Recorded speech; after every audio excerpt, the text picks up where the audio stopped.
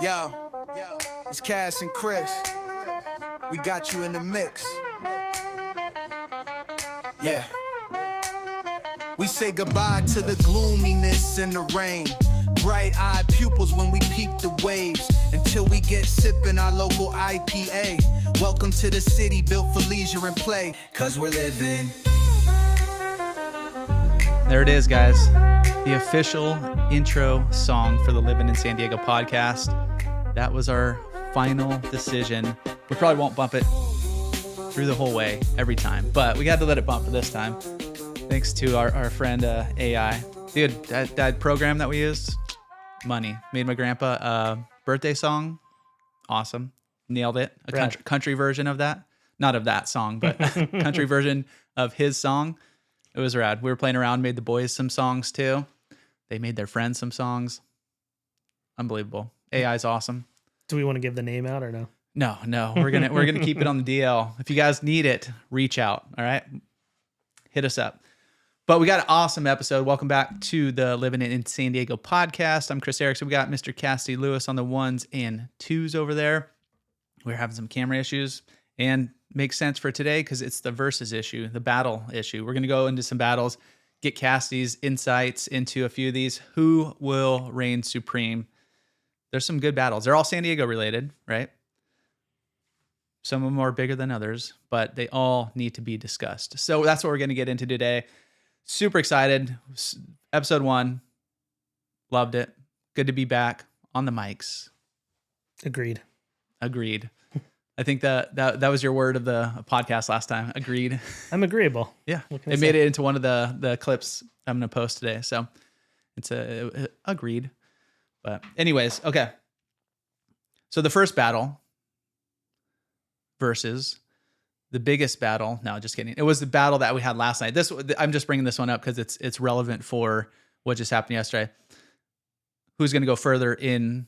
Which San Diego team's going to go further in March Madness? Well, that was quick. I think that's over. Give us a rundown. What happened? San Diego State got their butts handed to them.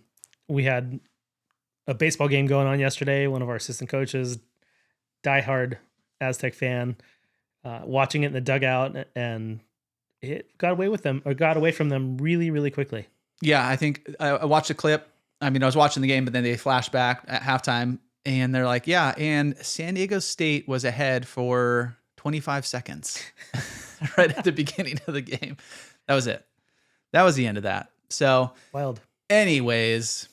Yeah, UCSD, the one of our other coaches last night, he's UCSD, plays softball with us. David went to UCSD for baseball, but knows some of the basketball guys. And he was saying that this is their first year of eligibility for Division I, so for the tournament. And it's the first time the men's and women's teams both got to March Madness in their first year of eligibility. So pretty impressive. Nice. I didn't know they came up. I knew this was their first year, and I wasn't even thinking like, oh yeah, they had to come up from D1 to get to here. And so congrats, David. Maybe we'll play a game back to softball. Hopefully we actually get a game in this week. A nice 8:45 start, huh? Perfect. I love it. Yeah. And it's interesting too, because Braden went down to see for a field trip this year, went to the UCSD women's team and had a blast, had a lot of fun. And so when I had him helping with one of our brackets that one of his classmates' dads is doing, and he saw the Trident for the UCSD team and was like, "Oh, you got to pick them. That's the team that I saw." I'm like, "You saw the women's, but yes, it is the same crew." So did you take them in round 1? Yeah. So we picked them to at least win one game. There we go. Yeah, if you guys, we'll keep you updated. It's probably too late if you're listening to this, to actually get into the March Madness, the Livin in San Diego March Madness pool. We've done it for about 3 years now or so. Yeah. And it's been growing, having some fun. We just sent out the reminder email because everybody fills it out like today. Even I filled mine out this morning. So day before, that's all we really need. I think last year we had 22 people in there. This year, hoping I invited a few more. So yeah, it'd be fun. Everybody wins a prize, just like the old days of, Little League. Everybody wins a prize, but top 3 actually win like a good prize. So last year, Chris Fick, I believe, took the top position, and we got a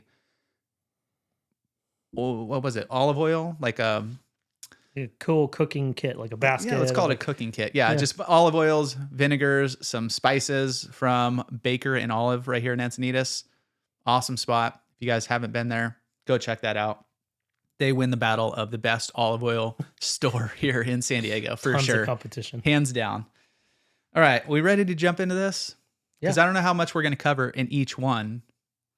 Because the last one, we're going to save the biggest battle for last. All right? Sounds good. So we'll start with some easy stuff. San Diego, living in San Diego, Mexican food. We're not going to go to individual restaurants because everybody's got their own. It really comes down to salsas. Really comes down to really what's mostly closest to your house. Like the one closest to my house, 24 hours, drive through, easy, done.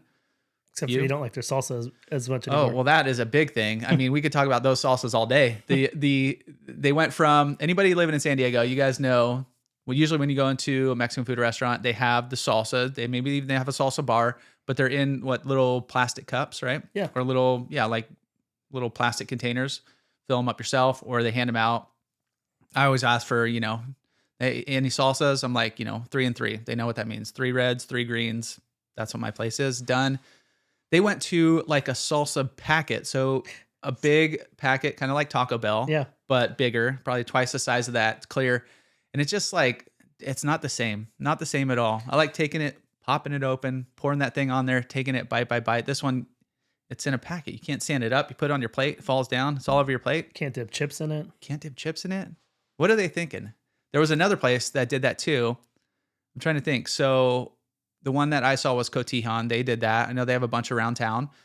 And there was one more. It wasn't Roberto's because I went to Roberto's a few weeks ago for, I think it was a brekkie burrito.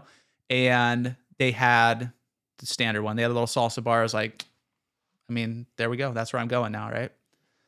But there was one more that actually had the little packets too. So I'm wondering if it's like a bigger conglomerate is pushing these things out. But that's not what we're talking about. It's not the battle of the salsas. Okay. Fish taco or California burrito, go. That's easy for me. California burrito. Yeah? All day. All day. Yep. I do like fish tacos a lot. It just depends where I am. Like I will eat a fish taco every day of the week if I'm in Hawaii. This maybe goes to my beach thing too. But I don't know why. It's if I'm in that mode, like I want fish all the time. Like we came in last July. I had the grouper sandwich like for lunch 4 days out of the 6 we were there. Like it was just so so good. So you only like beaches out of San Diego and you only like fish tacos out of San Diego. Is that what we're getting to? No, I do like fish tacos out of San Diego. I mean, in San Diego too, but I think if I had to choose, like if I was going to a restaurant and going to choose, I would go California burrito. All right. Yeah. Well, the choice is yours, my friend. I was reading that the California burrito, there was some discussion on where it was actually started. I mean, it was started in San Diego, but who started it? There was some people are saying Roberto's started it. And then there was some family, not issues, but some family infighting, whatever it might be. I don't know the exact case, but this is all hearsay, by the way, that I read in an article. And then it broke off into a bunch of different Bertos, Gilibertos, Albertos, all the other Bertos that we see around town here. And some were potentially claiming that they were the California burrito, but I think the article was saying Roberto's is the California burrito, first one to put fries inside of a burrito. In my opinion, I think California burritos are overrated. Yeah. What? Yeah, dude. I don't know the last time, even when we were going to in college, carne asada, surf and turf, I'm all for that. I think I'm trying to count the time. I could probably count the times on one hand how many California burritos I've had. It's probably been less than 5 in my life. It's funny. I just started eating them a couple years ago. Yeah. Like it wasn't my go-to. I've been basic for a really long time, like bean, rice, and cheese burrito. Not a bad choice either. Yeah. So that's been my go-to, but there's a couple places like in town in San Alejo where we're at. I love the Lourdes California burrito. It's tasty, easy. Casero for a sit-down California burrito has a really good one too. They have a regular carne asada burrito too, but yeah. But I don't know why. I made a switch at some point where I still go back and forth. Sometimes I'll do the old school easy, but I don't know. It's tasty. It's good. Yeah, I'm not saying it's bad. It just, I don't know. I think it's overrated. Mm. I've seen on like San Diego Humor too. They post a bunch of times like California burritos in other parts of the world or other parts of the U.S. And they just show like what's in it, and they're like, just making a joke of it. Mayo instead of sour cream. Yeah, you're like, okay, get out of here, you guys. That's not a Cal. That's an Idaho burrito or whatever. Yeah, it's a Boston burrito. Yeah, there's some weird burritos out there. So we're lucky to live in a good little spot. I'm going fish taco. When we were growing up out here, fish tacos, probably as I'm getting into my moving out years. So 19, I moved out, started hanging with my buddies. We'd go surfing down at the beach. And then a lot of times I went surfing with my buddy Nick. We would go to Pipes over here in Encinitas. Before even growing up in San Marcos, knowing what Encinitas was, it was just like a different world, right? We live in our bubbles. So San Marcos was my bubble. So we'd come out here to surf, and then we hit up Angelo's over, that's now Buena Frechetta, or it's Gelati and Picati. Yeah, Picati, yeah. Downtown Encinitas. And so we'd go there, grub on some fish tacos, nice combo, 2 fish taco combo plate. Dude, perfect after surf little meal. And then when we were living in PB, there was a place, Longboards. I don't know if they're still there. I haven't been to PB in a while, but they used to have Taco Tuesdays, as everybody does. And it was like $2.50 Pacificos, $1 tacos, couldn't beat it. And the tacos over time, I can't speak for them now, but over time, even when we were going there, they're getting a little smaller, less cheese on the top, which is weird. They had cheese on the top, but I loved it. And I think another battle could be, I think it was in a flour tortilla as opposed to a corn tortilla. Interesting. But it was still fried fish, right? So it was just a little bit different flavor, but they put cheese on there, lettuce. It was delicious. So I don't know. I've just had way more. And then I just got, that was like my go-to all the time. Dude, 2 fish taco combo. That's what I'm getting all the time. Done. And so in the battle, I'm going to have to go with fish taco. And the original fish taco was made right here in San Diego. Rubio's. Yep. Ralph Rubio started. I mean, there was probably I know there was fish tacos before that, but the first mainstream fish taco that went everywhere. So in San Diego. Yeah. So have you had the El Pueblo fish tacos? Because they have, I don't know if it's like $1 tacos or something super cheap fish tacos. They did. I know it was $1. It might be $1.50 now, $1.25, something like that. But yeah, they do still have them. I've done those a handful of times. But now I'm in my healthier years. I'm not getting too many fried fish. I'm trying to stick. If I'm doing fish tacos, I'm doing grilled tacos. A little healthier. Not the same. More of a fried fish taco kind of guy. But for health reasons, not health reasons, trying to eat healthier, going grilled these days. So I'm grilled over fried. I like a mahi grilled fish taco is money. I could do that too. Fish shop down here in Encinitas. Not too shabby. They got some really good grilled tacos as well. I think I don't know if I've had the mahi down there, but I've had like mahi sandos, like a grilled mahi burger. Solid too. All right. Well, that settles that. You guys chime in. Fish taco versus California burrito. Both San Diego made, but we don't have a clear winner. So, all right. Number 2. I feel like we're going to be divided in everything we might be. I don't know. We got time. I didn't start the time. What time we looking like up there? Just so I can keep track of here. It'll tell you at the top. 13 minutes and 54 seconds. Perfect. All right. Number 2, we're going Battle of the Cities, because this is a video we make a lot on our YouTube channel. A lot of people moving out here are looking at these two these two cities. A lot of people who live here have different views of these two cities. Carlsbad versus Encinitas. Who we taking here? Oh, that's tough. I mean, I'd go Encinitas just because it's where I grew up. It has a little bit more diversity in like types of living. So I grew up in a Livin, so that rural equestrian. I don't care about the equestrian part of it, but if it has that feel, a little more country out there.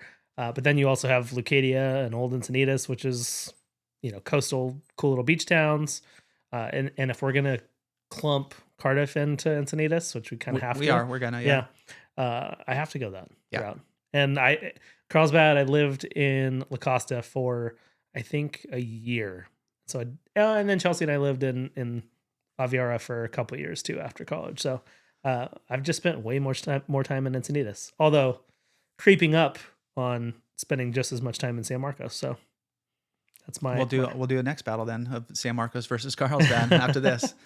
That was actually one of the videos we made, and I don't know what people were picking there either. But I'm gonna agree with you. I'm going Encinitas. It's shocking. Yeah, just because it's a smaller city, so it's about half the size as Carlsbad. Not exactly half. There's about 61-ish in Encinitas. There's about 112, 114, somewhere in that range in Carlsbad.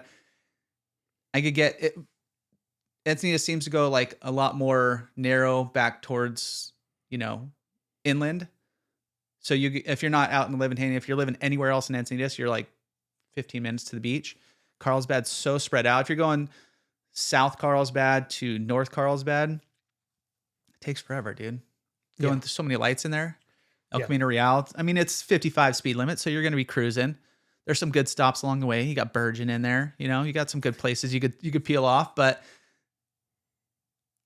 there is more. Yeah, it's thinking of Carlsbad versus Encinitas, just like housing. Yeah, track houses. You're getting into like a little less character. You're getting into like Aviar and resort style feeling and La Costa, and even though there's old La Costa and there's some really cool houses up there and some cool areas and Calavera track, and then character wise you're going to get into like downtown or old Carlsbad and Highland and all that, but it's just a different vibe in Encinitas. Yeah, you do have, there is a lot of track too, but like you said, different areas, different little neighborhoods to cruise around in. Carlsbad probably wins in the outdoors as far as trails and kind of areas to go.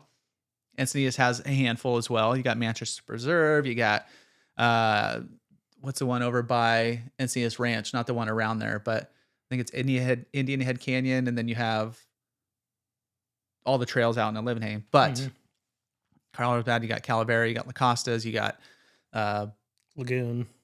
What's the one? Box Canyon is there? You can't go down there anymore, but I think there's still trails at one end. Yeah. Did you ever go to Box Canyon back in the day? I did not. No. It was we crept down there one time, allegedly. I know it's still closed off, and now they have a bigger fence there, but you used to be able to hop that fence and then go down there, and it was pretty awesome. We were jumping off the rocks. Obviously that's why they shut it. A bunch of young kids going in there, hurting themselves and whatnot. But it was such a cool. I wish they had some sort of, just because it's so unique, like a trail going through there with where you could jump shut off, or just for safety, and so they didn't have to worry about that. But they have that whole area shut off. I've been to the end of the trail, and you could look down the canyon and kind of see the area. It's still hidden back there. You can't really see it in there, but there's just so much more area where you could, have some cool additional trails in there, but they don't have it. Yeah, the trails. So there is a trailhead from what park is that? Like right along where we saw the signs and stuff that Box Canyon's closed. Levante? No, is that what the one? The smaller one, right? Yeah, the smaller one. Maybe it's one of those over there. But there are trails that kind of run on the top side of the canyon.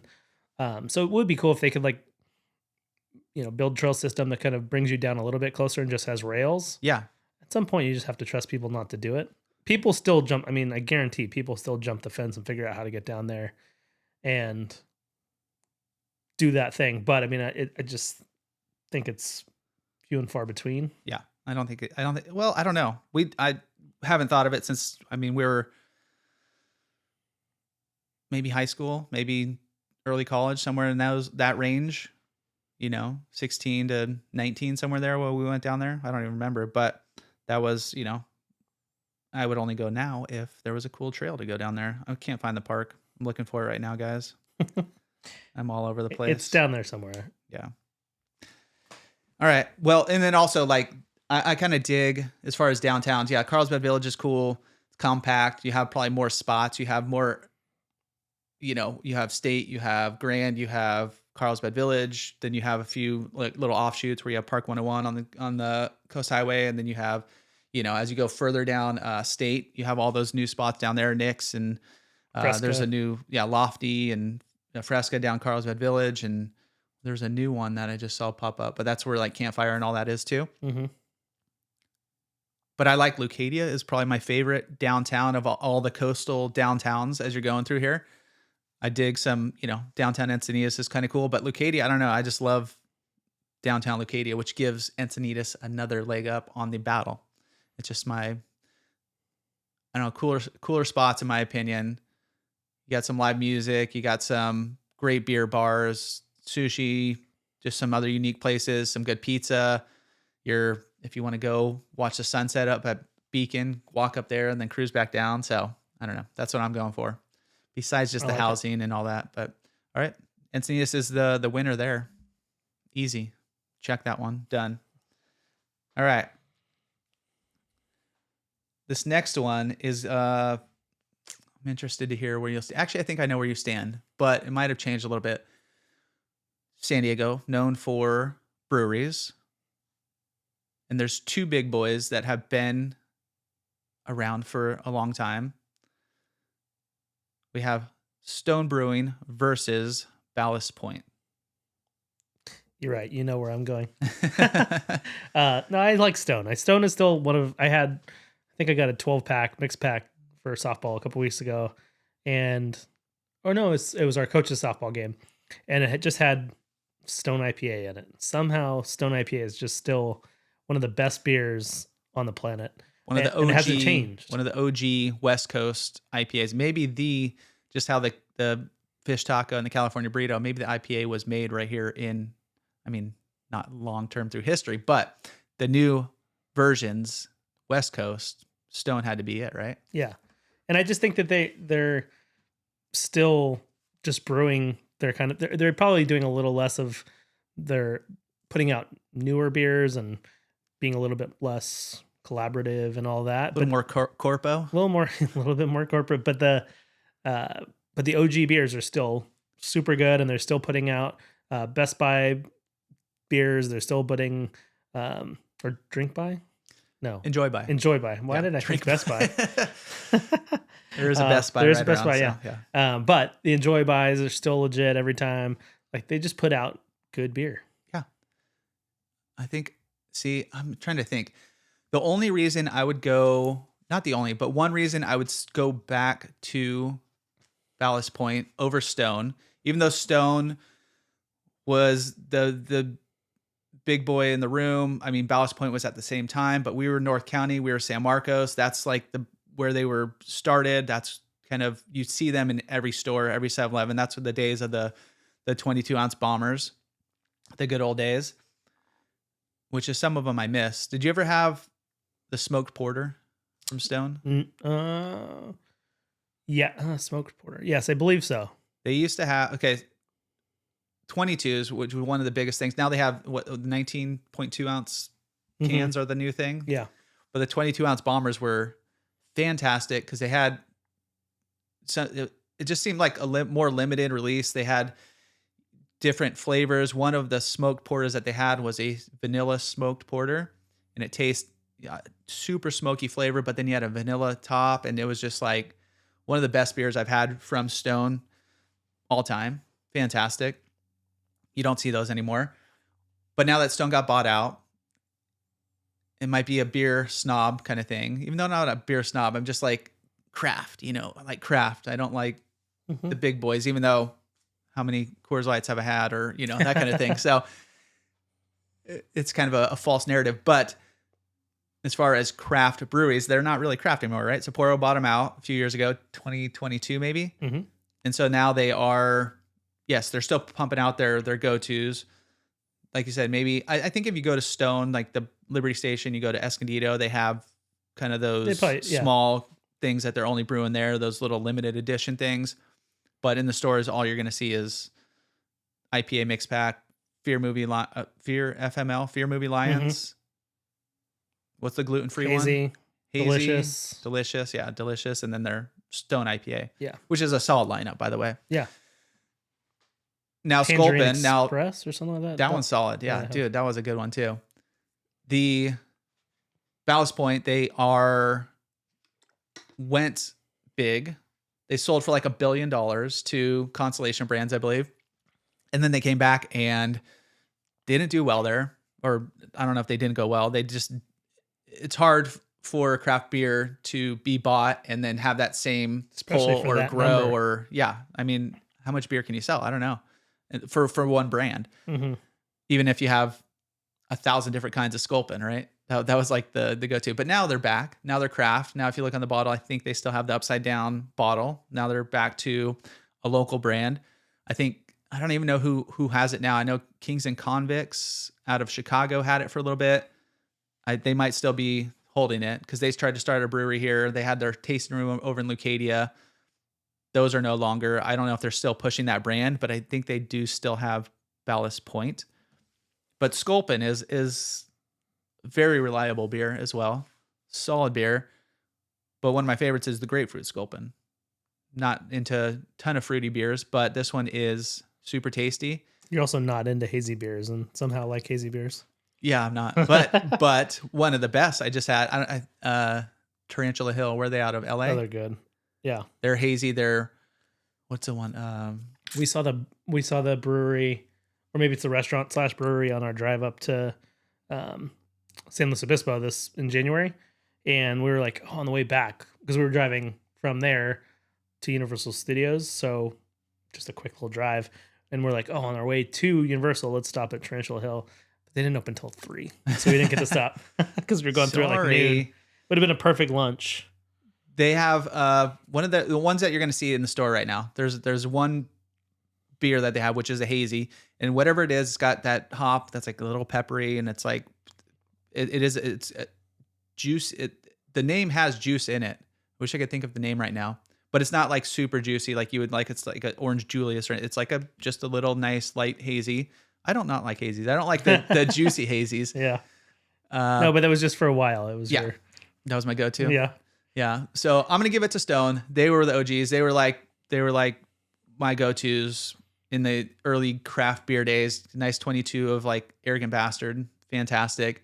Still find those in the 19.2s now, but yeah, definitely have to go with Stone, even though it's a tough battle with them being bought out. But at least it's Sapporo. Craft. I don't know why. There's some like positive of having being a different country. I mean, from a company that's from out of the country. I don't know why. But the other one too, the consolation prize, Green Flash, was also very good for a very long time. That kind of competed. Like when you were looking at the craft beer section of grocery stores for a long time, it was those 3 breweries were the mainstays. Yeah. Green Flash West Coast IPA. That's what it was called. So good. That was good. Loved it. They had they even had it was a 12-ounce bottle, but it was a little bit different. Yeah, like a different shape. Different shape. So I remember when I brewed beer for, I think I brewed a total of like 10 gallons of beer in my life. And I would save the Green Flash bottles because I was like, oh, those are cool. So wash those out, sanitize them, and then I'd cap my own beers in those ones. And I just love those bottles. But they're a little more like the Dasani bottle. Yeah, a like little shorter. Yeah, a little whiter. Yep. Yeah, delicious. So all right, there we go. Ballast Point, you lost, but we're still gonna enjoy your brewskis. All right, before we get to the big one, there's one more, and you're gonna defend one, and I'll defend the other because I've been to both. You've only been to one, but you know more about one than the other. We're talking about mountains you can drive to. Mm-hmm. Not Big Bears, not mountain highs. What are some other local ones? I just saw actually on Instagram, there's a mountain about 90 minutes outside of LA that's for sale. It was like $2.7 million. So you buy a whole mountain. You can buy a mountain. Comes with the ski lift, the chair lifts, all the equipment. Dude. Is there snow? In the video they showed, yeah. In the video they showed, there was a lot of snow. Is there snow generally? I don't know. Do your due diligence. That's what I'll say. All right. So Mammoth versus Brian Head. Both places you could drive to. Both. When we were up in Brian Head, our friends that we were with are from Oakland. And they said, they were talking to one of the bartenders, one of the waiters, and they're like, you guys are the first people we've met here that aren't from San Diego. So apparently it is, I didn't know it was a big thing. I know our friends used to go growing up that they went to Brian Head as kids and like, okay, cool. That was like their yearly ski trip. But this was our first trip last year. A little bit farther than Mammoth. Similar drive styles as far as you're not going up Big Bear and going up the, what's like Tahoe. the 330 or whatever? Yeah, or Tahoe, yeah. where you're going up super steep mountains. You're looking over cliffs and everybody's scared. Hanging on and, tight. Yeah. Kids are scared. The wife's scared. You know, hopefully it's not foggy or snowing. So you're not too scared yourself, but cruising up, you just gradually go up the mountain. The thing out to the road out to Bryant Head, it is a little longer, but what made it better, we stopped in Vegas on the way there, slept the night, stopped on the way back, slept the night. So broke it up. It was 3 hours from Vegas. Vegas is about 4.5-ish hours, 5 hours. So let's call it an 8 hour, 7.5, 8 hours. How far is Mammoth? Are we talking? Somewhere probably around 7 hours. Yeah. So not too much further. Yeah. Just, you don't have to split it up. That's the only big difference is for whatever reason, that just seems like a pretty easy straight shot. And especially if you leave we usually leave at like 5 o'clock in the morning to try to get there like mid afternoon. But yeah, it's not too bad. I can't remember I remember we had one trip up and it was even snowy conditions, but we made the best time we've ever made. It was before kids. It was just maybe cruising. there was no breaks and we just like one gas stop and got up there. Yeah. Without kids, you can make it up there in like 4 hours. That's right. And not worried about driving 1,000 miles an hour. Yeah. We always stop up there going, what's the town up there on the way up? There's that little town. It's got the bakery. Come on. We got to get this. Well, right before it. I mean, there's one like four right towns. before it. You've got Lone Pine, you've got Independence, you have Big Pine, and then you have, why can't I not think of that last town before Mammoth? And I'll look it up right now. All right. He's looking it up. But yeah, we usually stop there. Not usually. I mean, we've only been up a handful of times. Stop there and then go up. It was really nice to break it up, going out to Bryant Head. Waking up and having only a 3 hour drive was like awesome. Bishop. Yeah, that's the one. How come we cannot think of Bishop? But that's only like 40. Once you get to Bishop, you're 45 minutes away or an hour away. No, you're a little further than that. No, it's about an hour. About an hour? Yeah. All right. Well, then that's a good place to stop. You're like, I'm here. Cool. Get some food. Dude, you're almost up the hill. You're good to go. Stopping in Vegas is great, but that 3 hour drive. So you're going from Vegas, you're touching Arizona a little bit, then you're in Utah. So you're in a few different states, but going right when you come out of, or right when you go into Arizona, somewhere right in that zone, you see the Arizona sign, you're driving and you look up and it's just huge mountains and you're looking, there's, usually if you're looking at mountains, you could see, okay, there's a road going up, there's a road going some way. There's no road. I'm just like, I'm driving. Okay. Where does this, are we going through this mountain? And we get closer and it literally opens up and you're going like, boom, you're in this canyon and just huge rocks around you. It's just like this narrow canyon going through for a few miles. It was so cool. I was like, the boys were watching their iPads. I said, dudes, put down your thing for a minute. Look outside.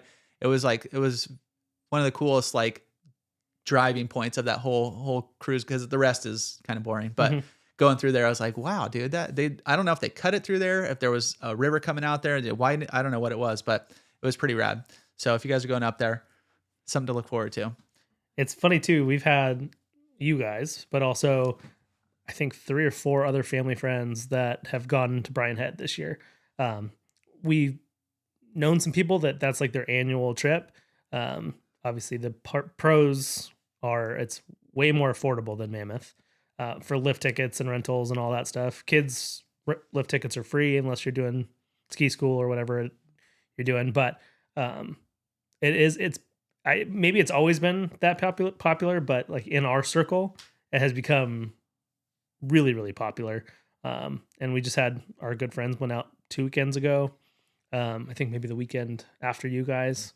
So it's definitely a good option. Mammoth just tends to be, the lift tickets are just up there now. That's what I'm looking up right now. How much are Mammoth lift tickets? Because they got to be quite a bit.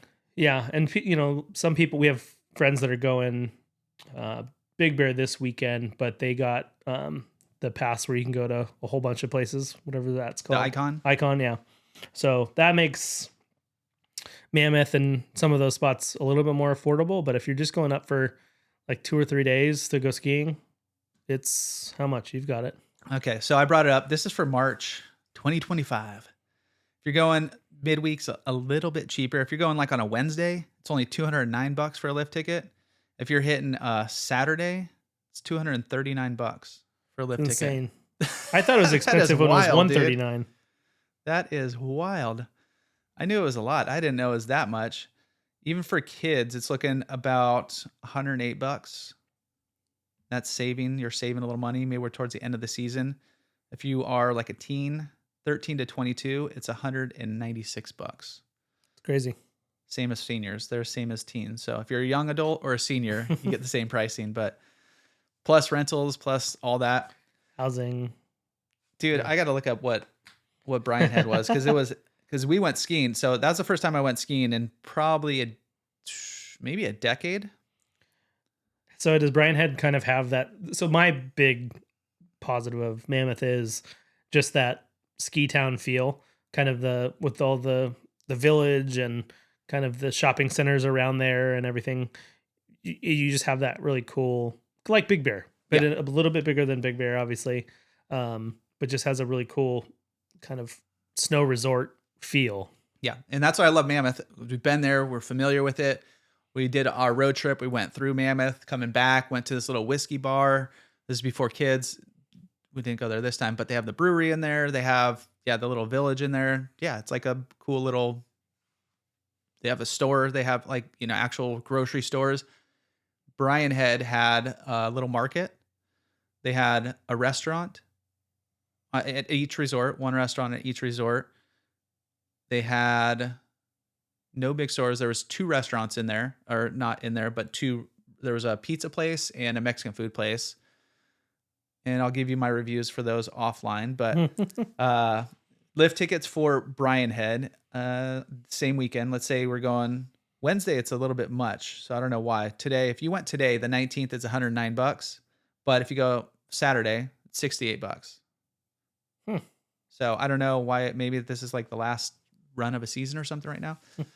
So ours wasn't that much. Oh, okay. But yeah, kids are free. All we did was do rentals up there for us. Kids, they obviously had to rent too. But the one bad thing, so it's in Utah, back to beer, all the beers are 5%. So it doesn't matter what you ordered, which is fine. The IPAs are 5%. The porters are 5%. The lager, like everything was 5%. So we found that out the second day. And it was fine, but it was just like, just flavor wise, the ABV does change the flavor profile a little bit.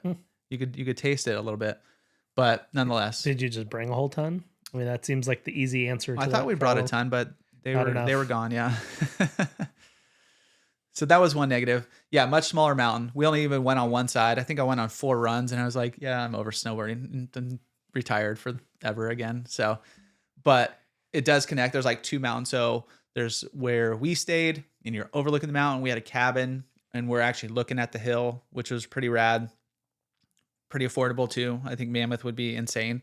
And then the other side of the hill where this kind of smaller green runs, blue runs, kids runs, all that kind of stuff with another lodge down there. And, a few houses and stuff around there, but they do connect at one point. They do go over the road where you go across, but it's just definitely, Mammoth's much bigger mountain, much more established, much bigger kind of, like you said, you actually have stuff around, you have an infrastructure and whatnot. Mm-hmm. Brian Head, you're like, yeah, you got to bring what you need up there pretty much. I mean, they had the market. Yeah. We were fine. We brought a big cooler of all the stuff we needed, but I kind of like that smaller feel, smaller town. So I don't know. It's a push. I'm giving it a push. Well, I haven't tried it out yet, Brian Head. Are you guys going? Not this season. That's what we keep talking about, that sports have just taken over ski trips for us. I think it's been 3 years since we've done a snow trip. Yeah. And we have access to a place to stay in Mammoth and everything, but we just haven't done it. Like our kids haven't. I think Cam snowboarded once. Bray has, I think we rented one and he snowboarded on the golf course. Yeah. That's like the extent of it. So we, at some point here, we need to. I just don't think it's gonna be this season. Yeah. This season's pretty much over. Except that last I think they're going to July 4th. We just got a big dump in the last storm that just came through here. It was cool as you're coming down somewhere in Vista, you're coming down the hill, You could see out in the distance, just even our local mountains had snow, which means those guys got a decent amount of snow. Mm-hmm. I was worried the second day we were there in Brighton. I think we were there 3 full days, maybe 3 or 4, whatever. And it was supposed to be snow a little bit here and there. And I just didn't want to put on the chains. I had to do it before driving in the snow.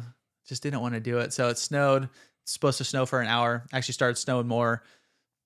But as we're watching, nothing's sticking. Okay, it snowed for probably overall, probably a few, maybe inch, maybe 2 inches. But it was cool just to, the kids are like, okay, cool, we're in the snow, went sledding in the snow, went tubing in the snow.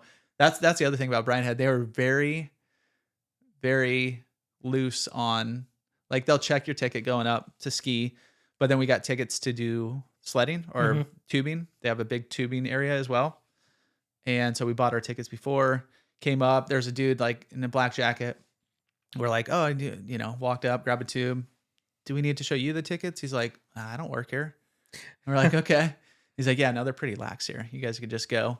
So there's there's one guy at the bottom, one guy at the top. This guy's like playing games on his phone. The top guy just having a conversation with everybody who's coming up. And so if you guys, if you guys need a little trick, you could go sledding for free. Support the mountain. But if you're in a pinch, if you just want to go for like one run, you don't. Well, it's also different when you're spending $100 for lift ticket instead of $250. Yeah, you can spring for that. Yeah, sled hill. Exactly. Yeah, it was good. The boys love love skiing. Skiing's an expensive sport though, man. If like we grew up skiing, I mean, I guess if you're in a mountain town, if you're in Tahoe, whatever, you have season passes. You're not renting stuff. You don't have a house to rent, so it's probably not as expensive. But going one-offs, it ain't cheap. No. But the cheaper of these two is going to be Brian Head. So let me know what you guys think. Now we're getting to the big one. Are you ready? Yep. All right. We've teased this before. I think we teased this on our pre-episode. And it's Tony's versus Fidel's. The biggest battle right here in North County, San Diego, Solana Beach. You have stats or anything you brought to the table? Did you go to Fidel's to try it? I did. Oh, did you? Wait. We went last weekend. Oh, did you really? Yeah. Oh, so now you've seen both. Yeah. Okay, good. I've seen both. Like I said, I've been to Norte with the old Fidel's up in Carlsbad. There's a few more, or are there a few more around town? Or there were? Just Norte and Fidel's. Okay, because I read an article from 1981 about Fidel's and him building it up, him building his whole empire. Barbershop. Yeah, started with the barbershop in his house and started serving tacos. Obviously started getting some, who doesn't love tacos and tacos and a haircut? That kind of seems weird, but tacos after your haircult. Yeah, everybody loves haircuts. Everybody needs haircuts. Everybody loves tacos. So, I mean, kind of go hand in hand. Anyways, started growing, started, building out from his place, opened up like his, made the cantina, made the outdoor patio, built all that up over time. And somebody asked about living in Rancho Santa Fe. He's like, no, I want to live in Eden Park and that whole area where he grew up. That's because that whole area got settled as people were working on the fields and stuff in like Rancho. That whole area got settled by all the workers back in the day. And so you read the menu. That's yeah. Is that what it said? I think the menu has the history of it. Oh, nice. Yeah. But even this 1981 article, they said there were 4 restaurants. There was 2 other ones. So there was one in like Portland or something like that too. Okay. I think at some point maybe they moved there. Or I can't remember the exact details. But there was one somewhere up in the Northwest. And so when we go to this issue, this battle, I asked you last time, how many times have you been to each one to give it a real chance? Or how does your family decide we're Tony's family? We are a Fidel's family. I think you're born into it. I think you are, actually. That's what we realized too. We saw somebody we knew and told him, yeah, we went across the road. He's like, yeah, you want to be here. Like, just, don't make the mistake. Don't make the mistake. Yeah. I mean, that's for me. I think my second restaurant I ever went to as a kid. So like my second solid meal anywhere was Fidel's. Yeah. So my parents had the sushi spot. They lived in Del Mar. Hasn't been there for years now, but that was like their go-to first restaurant where I could eat rice and orange slices. Fidel's was the next spot where I've been there 1,000 times. I don't know. I mean, I can't even count how many times we were there, but And will never turn your back on them now. You're not even gonna mosey on next door. No. Just peek your head in. It's too close. You're too close to the source. Why mess with perfection, you know? But like I said, growing up, we had one family that we were really close with where they were Tony people. And so, or Tony's people. And so we'd go like one-offs. We'd go once we go to Tony's, then we go to Fidel's, then we go to Norte. Like we would kind of just switch it. But I even think with them, I think slowly we turned them because more often than not, we went to Norte for whatever reason. So, I mean, for me, it was ingrained. Yeah. So, and I ran into friends there a few months ago, and they're a house divided. So both grew up locally. Brett grew up in a Livin, Fidel's family, hardcore Fidel's family. His wife, unfortunately, Tony's family. So, dude, that's like if you're in the Midwest, that's like Michigan and Ohio State. Like if you had like how do those people even? That's like incompatible. How do we do that? Well, it's like a family with Dodgers fans and Giants fan in it, or Padres and Dodgers, or Padres and Giants. That's gross. It's insane. How dare they? Do you know which one was established first? I don't. All right, it was Tony's. Okay. Tony's was the OG spot, established in 1946 by Tony Gonzalez. Tony's Jacal became a small operation within his house. Fidel Montañez. Is that how you say it? I don't Come on. know. He's still in there. Yeah. In Solana Beach. Quite often. You sure? Yes. Why would he be like 1,000? I don't know. Yeah, I heard he passed away. Oh, really? Maybe it was Tony who passed away. I don't know. Well, I don't know. And I don't know like ages of them, but there was a couple that was definitely part of ownership at Fidel's, would sit in this little table constantly. Nice. And it's since we've had kids. Okay. So like, cause they would always say they've been their family's been tied into all this. Their family's been tied into that area of Solana Beach for a while too. Yeah. Fidel started in the early 60s and like you said, initially run as a barbershop in Eden Gardens. They began selling tacos to customers. So there was one part that I read that, because it was a long article, 1981 from the Reader. I didn't read the whole thing because I was just like, I mean, there was a lot. It was almost a book. They used to put out some hefty articles, but they were going through, and there was this one part about Tony and Fidel, and Tony had a lot of pull within the community because he kind of grew that community. He was part of the community. He had, obviously had restaurant, but also just helping with the community grow and all that kind of things. So it was Solana Beach in general, Eden Gardens. And so he had a lot of pull. Somebody saw a permit filed to change the tile roof at Fidel's, and he saw it, and you can't do that because that's what I have on my restaurant. Anyways, Fidel ended up going through it. So he said, you're not doing this.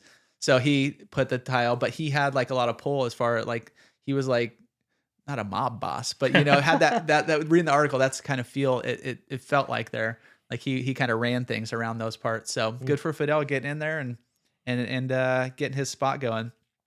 Julie, let me see what she said. Oh no, Julie. So we went to both within the last month. We've been to both the first time. So that was like not a bucket list. Did she list, order but the same thing? I don't know. That's the one thing. So food wise, let's get into that. Okay. We'll get into all that. So food. Oh, first off, okay. Opening time. Fidel's is open from like 11 to 9, right? There's no stop. We showed up at Tony's. We're like, we're going early. It's going to get busy. We went at 4:30, left the house, got there like, right before 5. It wasn't open. Luckily, we opened at 5, but they do like 11 to 2 and then 5 to 9 or whatever. So in that case, Fidel's has it, right? You don't shut down, like show up like anytime between 2 and 5 and they don't have it in there. So I think the bar opens at 4. Okay. So, I mean, that is, if you're going to have your neighbor not open till 5, open the bar at 4. Open the bar at 4. Because we used to go to happy hour a lot there. Like fresh out of college, we go to happy hour there a bunch. At Tony's? No, at Fidel's. Fidel's. Okay. Yeah, I love that little cantina up top at That's great. Fidel's. How you pay your bill? Do you know there's a difference there? No. Okay, Tony's. They come. It's like new school, like a little thing. Oh, Put they it on have- your table. So electronic. Wow. Electronic. Boom. Put your card on your table. Like cool. Pay it whenever you want. You're good. Boom. You're good. Fidel's. They leave it on the table. You have to go find the counter. Where's the Oh. front? Not always. So No? most of the time, they just bring the check to your table. Okay, no, and they pay you're it right. at the table. Yeah. Okay, But that's no what it was. electronics. No, that's what it was. Reverse that. They have it there. We had to. Now I'm trying to think. Maybe it wasn't electronic. Because I remember going, maybe it was Tony's that we did have to go up to the counter. Maybe it's old school like that. Dude, I swear they had something at the table, but maybe not. All right, I'm lying. Sorry. So Fidel's has it on that one then. I haven't been there since if Fidel's has the electronic. We haven't been there since. No. then. We were just there. We gave them a card. They came back. The other place, I think, gave us a ticket, and I think we went up there. I don't know. I'm lost on that one now. Fidel's food, cheese on everything. Yeah, Cheese on 100%. everything. You have to ask for no cheese. My kids, well, not I mean, as I'm much cool with anymore. it, but- yeah, like bean and cheese burrito. My With kids cheese on would top. ask for no cheese on top. Yeah. So we'd do like bean and cheese burrito plain. Yeah. So Yeah, they had a little more things going on. Tony's mostly just, your standard fare, no sauces. I mean, you get that stuff on top, but Fidel's, so the boys liked Tony's chips better. that's blasphemous. But Fidel's came back with chips, like they just kept coming back. Constant. Like, you guys need more chips? Or like, Yeah. yes. The other place did too. We just stopped, but And the cheesy chips too with every meal. Like you said, yeah. cheese on everything. Most of the orders come with a little side of chips with cheese on top. Oh, yep. Yeah, we did have 3 chips with cheese on the side. Yep. The let's see here, drinks. So you haven't had one at each one. This is where Julie. You're right. I weighed in. haven't. Yeah, I haven't All had one. I told her, super important. This is what I texted her. Did you say you like Fidel's food and Tony's drinks, or the other way around? She says Tony's food, Fidel's drinks. Oh, So, interesting. Yeah. So I mean, hey, Fidel's drinks. I usually just get a Dos Equis lager when I'm there, so I'm easy, and they have it on draft, and it's delicious Yeah. on draft. can't go No. wrong with that. But the ultimate margarita is the go-to of the family. So like if we go with my folks, a couple of pitchers of ultimate margaritas, and Nice. it's a win. I went with one of the margaritas. It was something smoky. It was some barrel aged something rather. Our waitress was like, "Yeah, that's the one. Yeah, that's what I ordered. That's the best one here." It was good. I think the Fidel's one was Tony's was a little bit better, but who am I to judge? Who am I to judge? And that's the thing too. We didn't get the same food. We got like at Completely. Fidel's, we went like surf and turf, and we shared things. So we did like a surf and turf, and what else did we get? Oh, I think like carnitas tacos or carnitas taco. So it just comes in one big taco, right? It was like one giant they're carnitas huge. taco. Yeah. Yeah. Tony's, we went with some sort of nachos, because why not? And then I think I went maybe a fish taco, something like that. I don't remember. Fidel's nachos are good too. Like Yeah. and I have literally had like 4 things off the menu my whole life. What are they?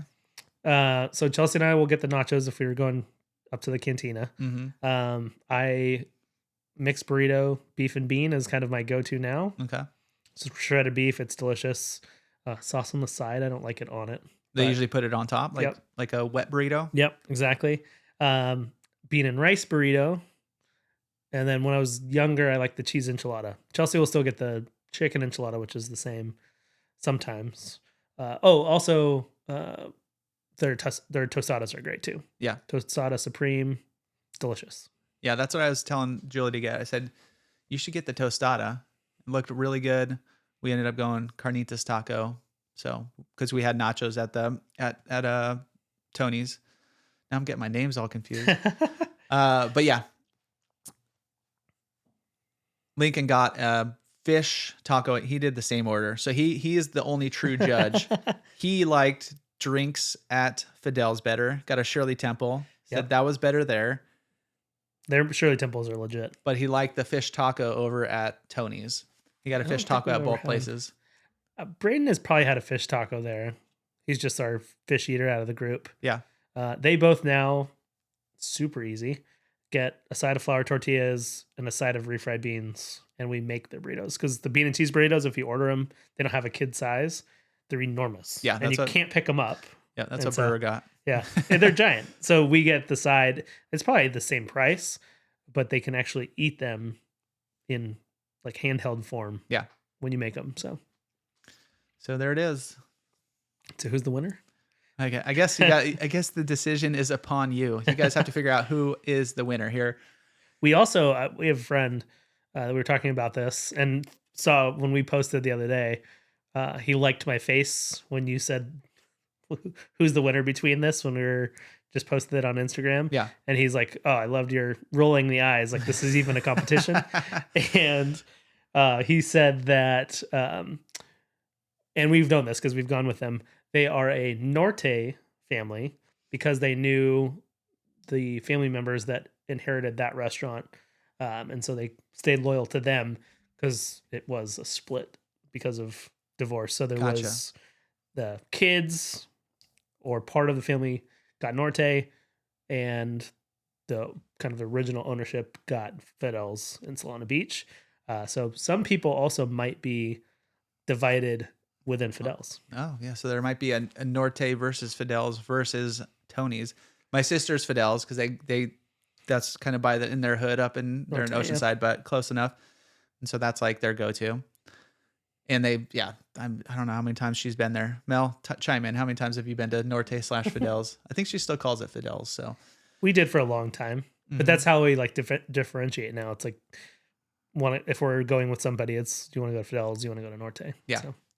I think the moral of the story is you don't have to choose, but Cassie's making you choose this specific. If I go out again, I'll probably just go back and forth. I'm probably going to hit Tony's next time, probably hit Fidel's the next time. I'm going to go back and forth, guys. I'm not getting on the. At least you got down there. I mean, there is a positive here is that you at least made the decision to get down into that hood for some good Mexican food. Yeah. Because I'm guessing Tony's is good.